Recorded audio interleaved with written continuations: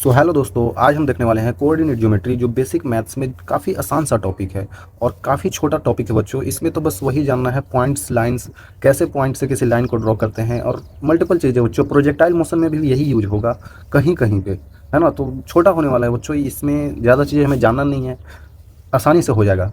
तो चलिए इसको मैं बताता हूँ आपको क्या होने वाला है इसमें, ठीक है। तो पहले देख लेते हैं बच्चों कोऑर्डिनेट ज्योमेट्री। तो चलिए देखते हैं कोऑर्डिनेट ज्योमेट्री, काफ़ी आसान है यार। और कार्टेशियन कोऑर्डिनेट सिस्टम में क्या होता है, जैसे डेफिनेशन इसका देखें तो एक्स वाई प्लेन को इंट्रोड्यूस करना है और उसके बाद हॉरिजेंटल को एक्स एक्सिस और वर्टिकल को वाई एक्सिस। बच्चों इतना आसान है कि आप लोग तो पढ़ा ही होगा, इसको कंफर्म है। और ओरिजिन जीरो जीरो, और नहीं भी पढ़ा है तो बच्चे देखिए ना, काफ़ी ईजी है ना, तो कर सकते हैं आप लोग आसानी से। वो चार क्वाड्रेंट होते हैं, ठीक है। एग्जाम्पल के लिए आप समझ सकते हैं कि ये पॉइंट्स को हम अगर कार्टेशियन सिस्टम में अगर ड्रॉ करें तो आप समझ जाइएगा कैसे होता है, ठीक है। तो चलिए आपको मैं बताता हूँ। जैसे मान लेते हैं ये मैंने कार्टेशियन सिस्टम ड्रॉ किया। कल भी बच्चों इसके बारे में लगता है मैंने कुछ बताया था। जैसे ये एक्स हो जाता है और ये वाई हो जाता है, ठीक है। और इसमें तो दोनों पॉजिटिव ही होता है ना, और इसमें होता है नेगेटिव पॉजिटिव, ठीक है बच्चों। माइनस माइनस इधर होता है और इसमें प्लस और माइनस होता है। आई थिंक आपको क्लियर होगा बच्चों वो कैसे हो रहा है, क्योंकि एक्स इधर पॉजिटिव में है तो इधर प्लस में आ रहा है, और वाई इधर पॉजिटिव में है तो ये दोनों पॉजिटिव हो गया। एक्स इधर नेगेटिव में है और इधर वाई पॉजिटिव में है तो नेगेटिव पॉजिटिव आ गया। इधर एक्स भी नेगेटिव है, वाई भी नेगेटिव है तो माइनस माइनस। इधर एक्स पॉजिटिव है, वाई नेगेटिव है तो प्लस माइनस। बच्चों ऐसे ही होता है, इसमें आपको ध्यान रखना पड़ेगा, ठीक है। तो इसमें अगर मुझे कुछ पॉइंट्स को ड्रॉ करना है, जैसे 2,3 है, देखिए 1 2 3 4 ऐसा कर दिए। इधर भी 1 2 3 4। अगर मैंने कुछ ऐसा ड्रॉ कर दिया और हमें 2,3 चाहिए, मतलब ये 2 और 3 चाहिए ये वाली, तो ये पॉइंट लगभग ये दोनों यहाँ पे है। तो इन दोनों को ऐसा करके अगर मैं मिलाना चाहूँ तो कौन सा क्वाड्रेंट में मिलेगा, फर्स्ट क्वाड्रेंट में, और ये वाली पॉइंट हो जाएगी, ठीक है बच्चों। इधर भी अगर कुछ मैं ड्रॉ कर लूँ पॉइंट्स, जैसे -1 हो गया, -2 हो गया, -3 हो गया, -4 हो गया, है ना। तो इसमें बोल रहा है -1,4। -1 ये है, -1 ये है और 4 ये है बच्चों। तो ये वाली पॉइंट हो गया ना, ऐसे करके ऐसा करके। तो ये ऐसे करके हम ड्रॉ कर सकते हैं बच्चों, कार्टेशियन सिस्टम में आसानी से कर सकते हैं यार, इजी है ना। चलिए आगे बताता हूँ। ओके, डिस्टेंस फार्मूला का यूज भी होता है कहीं कहीं पे। तो डिस्टेंस फार्मूला में कुछ नहीं है बच्चों, ये भी आपने कहीं ना कहीं देखा होगा। जैसे डिस्टेंस फार्मूला कोई दो पॉइंट के बीच में हम निकालते हैं, तो मान लेते हैं एक पॉइंट हमारे पास ये है और ये पॉइंट ये है ना। ये दो पॉइंट है, लिख सकते हैं हम लोग यहाँ पे। मान लेते हैं कि ये 4,5 पॉइंट है और ये 2,1 पॉइंट है। पॉइंट तो कुछ भी हो सकता है ना, बस हमने मान लिया। तो इन दोनों पॉइंट्स को अगर मैं बच्चों मिला दूँ, अगर इन दोनों पॉइंट्स को बच्चों मैंने मिला दिया तो एक लाइन ड्रॉ हो जाएगा, ठीक है। अब मैं आपको से पूछूंगा इन दोनों के बीच का डिस्टेंस डी कितना होगा। कुछ तो डिस्टेंस होगा ना बच्चों, इन दोनों के बीच का डिस्टेंस कितना होगा। तो डी अगर हम निकालना चाहें तो निकाल सकते हैं ऐसे, रूट ओवर, देखिए x1 माइनस x2 का होल स्क्वायर, 4 - 2 का होल स्क्वायर प्लस इधर 5 - 1 का होल स्क्वायर। तो ऐसा करके मैं डी निकाल सकता हूँ बच्चों। तो डी क्या आ जाएगा, यही ऐसा ही फॉर्मूला यूज किया जाता है। 2 का स्क्वायर हो जाएगा प्लस 4 का स्क्वायर हो जाएगा, तो ये हो जाएगा 4 + 16, मतलब √20 आ जाएगा बच्चों। √20 आ जाएगा इसका डिस्टेंस इन दोनों के बीच का, ठीक है। ये आप देख सकते हो। और अगर आगे आपको देखना है जैसे कौन सा फार्मूला हमने यूज किया, तो मान लेते हैं आपको ऐसे डायरेक्टली मैं बता देता हूँ। ये लाइन है, ये दोनों पॉइंट्स था, ये था x1, y1 और ये था बच्चों x2, y2। ये दो पॉइंट है, मान लेते हैं पॉइंट क्या है, P है, और ये एक पॉइंट Q है बच्चों, ठीक है। दो पॉइंट है तो PQ जो डिस्टेंस होगा वो कितना होगा यार, रूट ओवर होगा x1 माइनस x2 का होल स्क्वायर बच्चों, प्लस y1 माइनस y2 का होल स्क्वायर होगा बच्चों। समझ गए आप? आई थिंक आप समझ रहे होंगे, काफ़ी आसान है यार। यही इसी फार्मूला का यूज किया हमने ऊपर भी, ठीक है। x1 x2 आप समझ रहे हैं, देख तो रहे ही होंगे। आगे देखते हैं, ऐसा बेसिक ही यूज होगा। आज ज़्यादा कुछ हमें आपको बताना नहीं है। मिड पॉइंट फार्मूला क्या होता है, दो पॉइंट्स के बीच का पॉइंट को मिड पॉइंट फार्मूला बोलते हैं। जैसे फिर से ले लेते हैं, एक पॉइंट ये है, एक पॉइंट ये है। मान लेते हैं पॉइंट 2,3 है और ये पॉइंट मान लेते हैं 5,7 हो चुका, ठीक है। ये दो पॉइंट है और ये दोनों पॉइंट्स को मान लेते हैं कि हमने मिला दिया, है ना बच्चों। ये दोनों पॉइंट्स को हमने मिला दिया तो ऐसे मिलाने के बाद यहाँ पे कहीं पे एक मिड पॉइंट आ रहा होगा एम, ये मान लेते हैं पी, ये क्यू है, तो ये मिड पॉइंट कहीं पे आ रहा होगा ना वो जो बीच का पॉइंट, जैसे पूरा इतना बड़ा है तो बीच में तो कहीं पे ये आधा बच रहा होगा ना, आधा ये, तो मिड में कोई पॉइंट आ रहा होगा, तो वो पॉइंट क्या होगा देखिए ऐसे निकालते हैं, ये वाला प्लस ये वाला एक्स का टर्म जोड़ देंगे, 2 + 5/2, 3 + 7, मतलब कि 3 +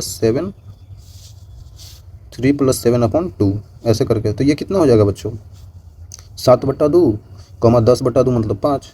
तो ये हमारा मिड पॉइंट हो गया। आया समझ में? अगर जनरलाइज मैं कर दूँ आपके लिए, अगर मैं आपके लिए जनरलाइज कर दूँ, ये ऐसे था, मान लेते हैं एक पॉइंट ये है, ये एक पॉइंट ये है, ठीक है।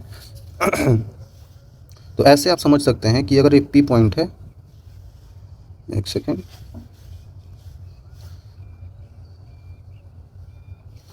देखिए ये अगर मान लेते हैं पॉइंट पी है, x1, y1 ऐसे करके मान सकते हैं, ये पॉइंट कोई q है, x2, y2 बच्चों, ठीक है। तो अगर मुझे मिड पॉइंट मतलब m मुझे देखना है, तो m यहाँ पे क्या होगा, m का क्या होगा, ये कोऑर्डिनेट क्या होगा।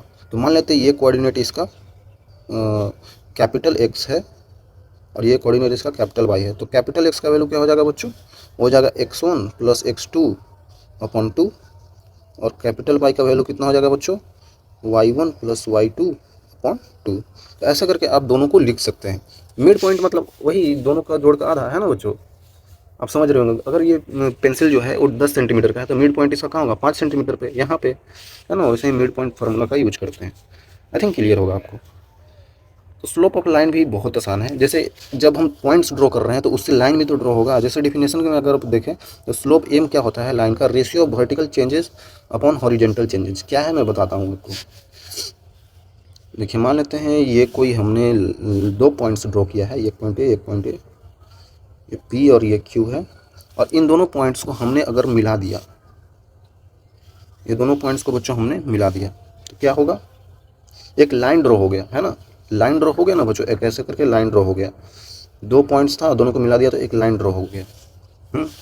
तो लाइन ड्रॉ हो गया तो फिर क्या करना है हमें, यहाँ पे मान लेते हैं ये कोई पॉइंट होगा ना, मान लेते हैं ये 2,4 पॉइंट था, और ये पॉइंट था क्या था आपका 1,2, ठीक है बच्चों। ऐसा कोई पॉइंट मान लेते हैं। तो बच्चों स्लोप होता क्या है, यहाँ पे आपको बताया गया है। स्लोप एम जो होता है रेशियो ऑफ वर्टिकल चेंजेस।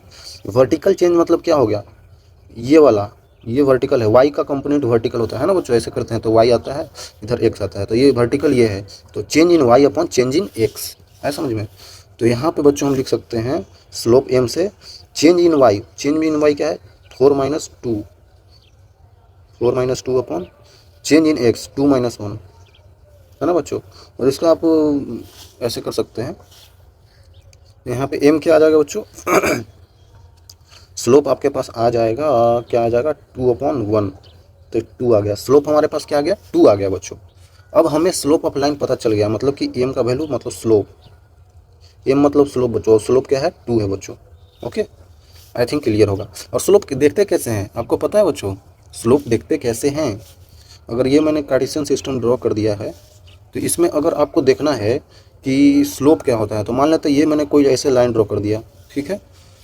अगर ये मैंने लाइन ड्रॉ कर दिया तो ये एक्स एक्सिस से, ये एक्स एक्सिस से, वाई से नहीं बच्चों, एक्स एक्सिस से कितना उठा हुआ है, ठीक है। एक्स एक्सिस से कितना उठा हुआ है मतलब कितना ऊपर है बच्चों। मान लेते ये एक्स एक्सिस ऐसे हॉरिजॉन्टल है, इससे बच्चों कितना उठा हुआ है ये, है ना। उसी को बोलते हैं, इसका स्लोप क्या होगा, मतलब ये ही स्लोप है बच्चों, कितना उठा हुआ है। तो इसको टेन थीटा से भी बोलते हैं। इसी को हम लोग बच्चों क्या बोलते हैं, स्लोप। तो ये थीटा एंगल होता है, ठीक है बच्चों। ऐसे करते हैं। तो स्लोप निकालना हो तो एक्स एक्सिस से कितना उठा हुआ हो उसी को हम लोग स्लोप बोल देते हैं, ठीक है। आई थिंक क्लियर होगा बच्चों। अगर कोई लाइन मान लेते हैं कि इधर उठा हुआ हो, मान लेते हैं कोई लाइन ऐसे इधर उठा हुआ हो, तो इसको मैं कैसे स्लोप ढूंढेंगे। तो इसका स्लोप इतना बड़ा हो जाएगा बच्चों, इतना बड़ा इधर तक, है ना। ये ऐसे स्लोप हो जाएगा इसका, ऐसे करके स्लोप इसका हो जाएगा। तो एक्स एक्सिस से ही देखना है, ठीक है बच्चों, एक्स एक्सिस से ही देखना है। इधर से हम स्लोप नहीं मेजर करेंगे, इधर से नहीं, भले ही ये इधर से करेंगे लेकिन नेगेटिव में आएगा, लेकिन स्लोप इसका यही होगा, है ना बच्चों। ऐसा ही होगा। या फिर इसका स्लोप निकाल के 180 में से घटा दीजिए, वैसे ही कर सकते हैं। ये पूरा 180 है, उसमें से ये वाली घटा देंगे तो यही तो बचेगा। कर सकते हैं यार, वैसे भी आप लोग कर सकते हैं। समझ में आ गया बच्चों, आई थिंक आ गया होगा। तो जनरलाइज में अगर कर दूंगा आपको कि ये कोई लाइन है और हमारे पास 2 पॉइंट्स हैं बच्चों, हमारे पास 2 पॉइंट्स है, एक पॉइंट मेरे पास दे दिया कि P है और एक पॉइंट हमारे पास Q है। x1 y1 ये है और ये बच्चों x2 y2 है। तो इसका मुझे अगर स्लोप निकालना हो m, तो कैसे निकालेंगे, ऐसे निकालेंगे y1 माइनस y2, जिधर का ले रहे हैं उधर का ही लिखेंगे बच्चों। अगर इधर से शुरुआत करें तो इधर से ही लिखेंगे, फिर x1 माइनस x2, ऐसा समझ में, x1 माइनस x2। तो यही हमारे पास स्लोप हो जाता है बच्चों, याद रखिएगा, यही हमारे पास स्लोप हो जाता है। ठीक है, चलते हैं आगे, और काफ़ी आसान है। ठीक है बच्चों, इसके आगे अगर मैं आपको बताऊँ तो इक्वेशन ऑफ लाइन, जैसे ही आपने जो ये ड्रॉ कर रहे थे, ये जो आपने ऐसे करके 2 पॉइंट्स को मिला रहे थे बच्चों, 2 पॉइंट्स को जो आप लोग ऐसे करके मिला रहे थे, यहाँ पे था ना 2 पॉइंट्स, एक ये और एक ये P था और ये Q था। तो ये 2 पॉइंट्स को जब हम मिला रहे थे तो एक लाइन तो बन रहा था ना, ये लाइन ही तो बन रहा था। ठीक है, तो इस लाइन का इक्वेशन क्या होगा, पहले तो हमें पता है कि इसका स्लोप क्या होगा, स्लोप तो हमें पता है ना बच्चों, स्लोप क्या होगा, स्लोप देखिए यही वाली पॉइंट्स ले लेते हैं, 4,2, 2,4, 1,2, यही पॉइंट ले लेते हैं। तो इसका मेरा स्लोप क्या आ रहा था बच्चों, आपने पीछे देखा 2 आ रहा था स्लोप। ठीक है, और इक्वेशन ऑफ लाइन लिखने के लिए हम क्या करते हैं, इक्वेशन ऑफ लाइन लिखने के लिए हम क्या करते हैं, इसके लिए हम निकालते हैं इसका, देखिए y minus y1 equal to m, मतलब slope into x minus x1 plus c, ऐसे करते हैं बच्चों। ठीक है, अगर कोई लाइन दिया हुआ है तो उसका इक्वेशन लिखने के लिए ऐसे करते हैं। ठीक है, तो y1 x1 मान लेते हैं, x1 और y1 मान लेते हैं, किसी को मान सकते हैं आप लोग बच्चों, इन दोनों पॉइंट्स में से किसी को भी मान सकते हैं आप। तो मान लेते हैं, मैंने मान लिया इसको किसको मान लिया, 1,2, हल्का वाला ही लिख लिया। तो ऐसे लिख सकते हैं y माइनस y1 मान लिया किसको, 2 को, m मतलब स्लोप 2 है, x माइनस x1 मान लिया 1 को, प्लस c, ऐसे कर दिया यार, कोई दिक्कत नहीं है। ठीक है, तो y minus 2 equal to 2x minus 2 plus c, तो माइनस 2 इधर माइनस 2 इधर कट ही जाएगा। ठीक है, तो क्या आ गया, y equal to 2x plus c। अब c आ गया बच्चों, c मतलब होता है इंटरसेप्ट। तो इंटरसेप्ट के लिए इसमें कोई पॉइंट्स को डाल दो बच्चों, मान लेते ये पॉइंट ले लिया, इस पॉइंट को इसमें डाल देता हूँ 2,4, क्योंकि लाइन जो है पॉइंट से ही तो जा रहा है, तो पॉइंट लाइन को तो सेटिस्फाई करेगा ही ना, तो उसको करा दिया। 4 equal to 2 into 2 plus C, तो सी का वैल्यू बच्चों 0 आ जाएगा, सी का वैल्यू बच्चों 0 आ जाएगा। ठीक है, सी का वैल्यू 0 आ गया, तो ये बच्चों 0 हो गया, तो लाइन का इक्वेशन फिर फाइनली क्या आ गया, y इक्वल टू 2x, यही बच्चों लाइन का इक्वेशन हो गया। ओके, आई थिंक क्लियर होगा बच्चों, ऐसे करते हैं। ठीक है, और अगर और भी चीज़ें होती हैं बच्चों, और भी तरीक़ों से हम लाइन का इक्वेशन निकाल सकते हैं। मेन आपको स्लोप का इक्वेशन याद रखना होगा। ठीक है, वो क्या होता है, ये वाली होती है, ये वाली होती है बच्चों। ठीक है, ये अगर आप याद रखेंगे तो हो जाएगा आपका। ठीक है, आई थिंक क्लियर होगा आपको। और अगर मान लेते हैं ना कि अगर डायरेक्टली कोई लाइन का इक्वेशन बोलते तो y equal to m x plus C बोल देते हैं, directly y equal to m x plus C बोल देते हैं बच्चों। ठीक है, ऐसे भी आप बोल सकते हैं। अगर यहाँ पे पॉइंट्स दे दिया ना, अगर डायरेक्टली आपको अगर स्लोप दे दिया होता तो आप डायरेक्टली ऐसे करके लिख सकते थे, लेकिन अगर आपको पॉइंट्स दे दिया तो पॉइंट्स के लिए यहाँ पे क्या करना पड़ता है, x1 y1 को माइनस करना पड़ता है ना, यहाँ x y डायरेक्ट लिखा था, लेकिन अगर पॉइंट दे दिया तो हम उसको ऐसे कर सकते हैं। और इसको मान लेते हैं कि ये जो होगा ना, अगर 0,0 से जा रहा हो, अगर 0,0 से जा रहा हो बच्चों, तो इसमें 0 0 होंगे तो सी का वैल्यू भी 0 हो जाएगा, तो y equal to m x आ जाएगा, है ना, ऐसे आ जाएगा बच्चों। आई थिंक क्लियर होगा, ऐसे कर सकते हैं आप लोग।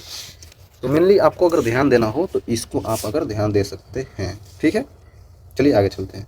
और इसका अगर मैं आपको ग्राफ ड्रॉ करके बता दूं तो और आसानी से आपको क्लियर हो जाएगा। देखिए आपको मैं बता देता हूँ, मान लेते हैं ये ग्राफ हमने ड्रॉ किया। ठीक है, ये ग्राफ है बच्चों, और मान लेते हैं कि हमारे पास कोई लाइन है, ये ऐसे करके जा रहा है, ऐसे ये लाइन जा रहा है। ठीक है, अगर ये लाइन ऐसे जा रहा है तो ये बच्चों इसका देखिए स्लोप क्या है, ऐसे करके पॉजिटिव ही तो है, स्लोप ऐसे करके पॉजिटिव ही तो है ना। अगर लाइन अगर ऐसे चला जाए ना, ऐसे मतलब इसका एक्स एक्सिस से नीचे है स्लोप, तो इसका मतलब क्या होगा कि इसका स्लोप नेगेटिव होगा। अगर वाई एक्सिस से ऊपर ऐसे उठा हो तो इसका मतलब स्लोप पॉजिटिव है, और ऐसे अगर वाई एक्सिस के नीचे हो, एक्स एक्सिस के नीचे हो, तो इसका मतलब स्लोप नेगेटिव है। तो ये पॉजिटिव स्लोप है बच्चों। ठीक है, स्लोप तो पॉजिटिव है, पता चल गया। और इसको एक यहाँ से ऑरिजिन से कितना दूर है, ये ऑरिजिन से कितना वाई एक्सिस पे है, इसको इंटरसेप्ट बोलते हैं। सी जो लिख रहे थे ना, सी यही तो है, सी यही तो है सी बच्चों, है ना, यही तो बच्चों सी होता है इन दोनों के बीच का दूरी ओरिजिन से, है ना, यही तो सी हो जाता है। तो लिख सकते हैं, अगर आप लिख सकते हैं तो स्लोप क्या है बच्चों, पॉजिटिव है, स्लोप पॉजिटिव है।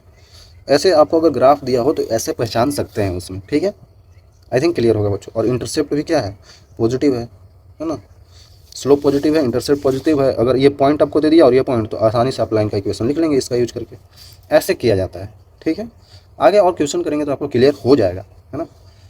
तो पैरेलल एंड परपेंडिकुलर लाइंस भी एक चीज़ होता है, वो क्या है देखिए पैरेलल में तो सिंपल सा चीज़ है, दो लाइंस क्या हो गए, पैरेलल हो गए आपस में, ठीक है। और मान लेते हैं कहीं पे दो लाइंस क्या हो गए, परपेंडिकुलर हो गए, ऐसे कर सकते हैं, है ना। दो लाइन कहीं पे मान लेते हैं बच्चों ऐसे करके परपेंडिकुलर हो गए, ऐसे जा रहा था, एक ऐसे जा रहा था आप समझ सकते हैं बहुत सारे चीज़ें इसमें।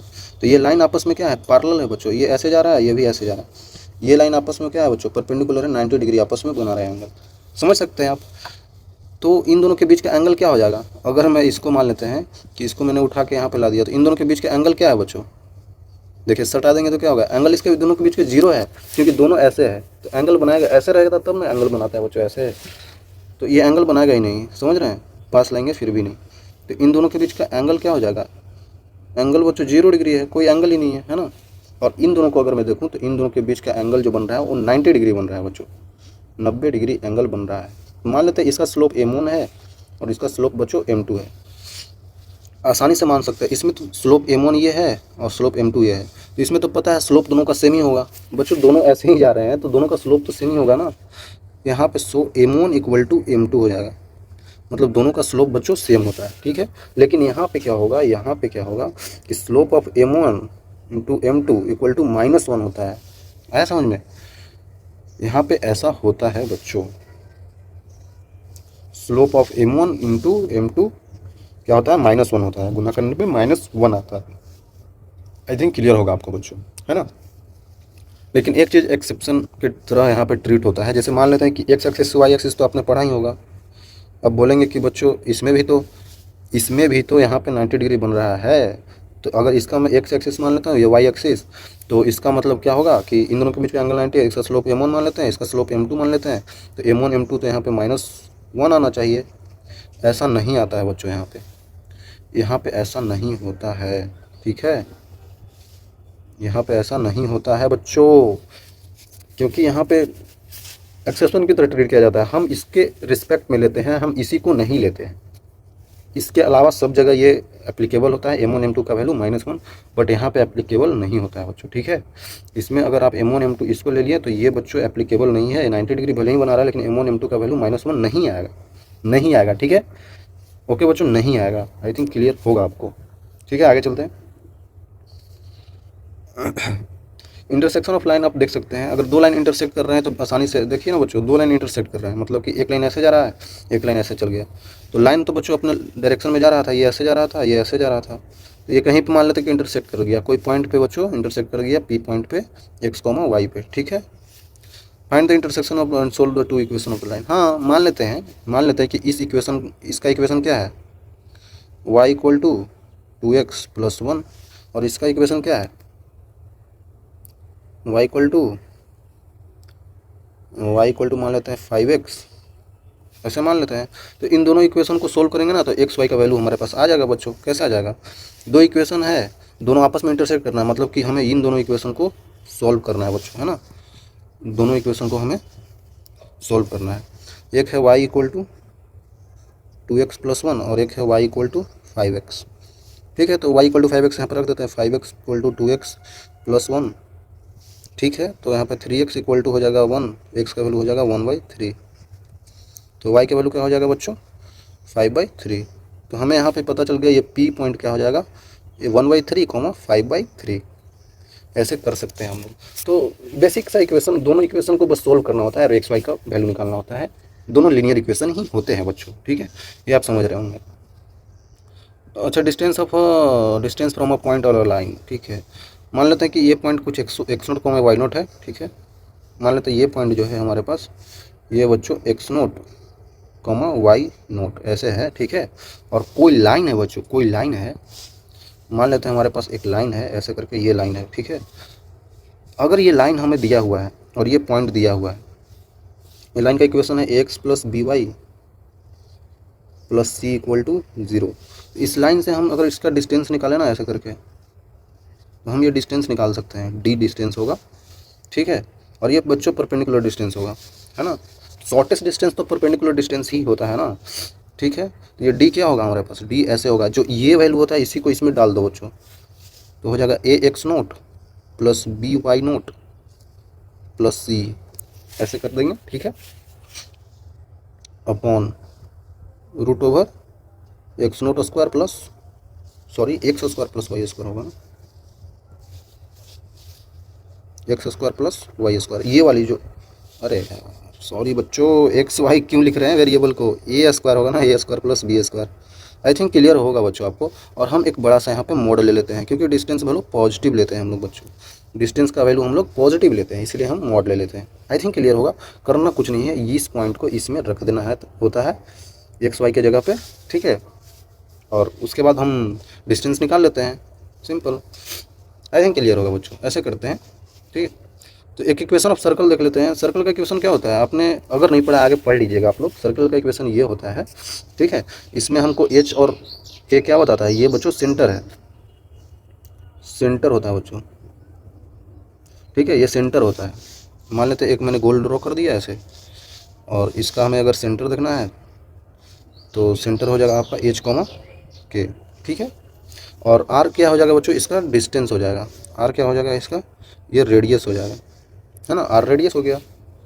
ऐसे करके डिनोट करते हैं। और इसका इक्वेशन क्या लिखना है, मान लेते हैं एक्स माइनस एच का whole square plus y minus k का whole square equal to r का स्क्वायर, रेडियस का स्क्वायर। ऐसे करके हम डिनोट कर सकते हैं सर्कल का इक्वेशन, ठीक है बच्चों। आगे चलते हैं। ये बेसिक चीज़ें हैं बच्चों, इसका उतना यूज नहीं होगा, बट आपको मैं जानकारी के लिए बता देता हूँ, ठीक है। ओके, एक क्वेश्चन है बच्चों, कर लेते हैं जल्दी से यार। ये इक्वेशन दिया हुआ है लाइन का, y equal to 2x plus 3, ठीक है। Find the equation of lines parallel and perpendicular to it. अच्छा, ये लाइन जो है, इस लाइन के पैरेलल में एक लाइन पैरेलल है और एक लाइन परपेंडिकुलर है। देखिए, इस लाइन को हम बना लेते हैं, ये लाइन मान लेते हैं ऐसा है, ठीक है।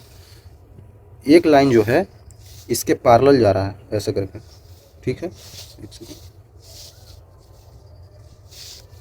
बच्चों एक लाइन जो हमें पता है रेड वाला, ये तो ऐसे लाइन है, ठीक है। और एक लाइन जो है इसके पैरेलल है ऐसे, ठीक है। और एक लाइन जो है इसके परपेंडिकुलर है ऐसे। आ रहा है समझ में, देखिए ये तो आपको पता है कि ये रेड वाला जो है, ये लाइन हमें दिया गया है, और ये बच्चों पैरेलल है, एक लाइन इसके पैरेलल है, इसके पैरेलल ये है, ठीक है। तो इसका मतलब स्लोप भी इसका तो सेम ही होगा ना। इसका भी स्लोप क्या हो जाएगा, इसका स्लोप क्या है बच्चों, बताया था ना, y equal to m x plus C.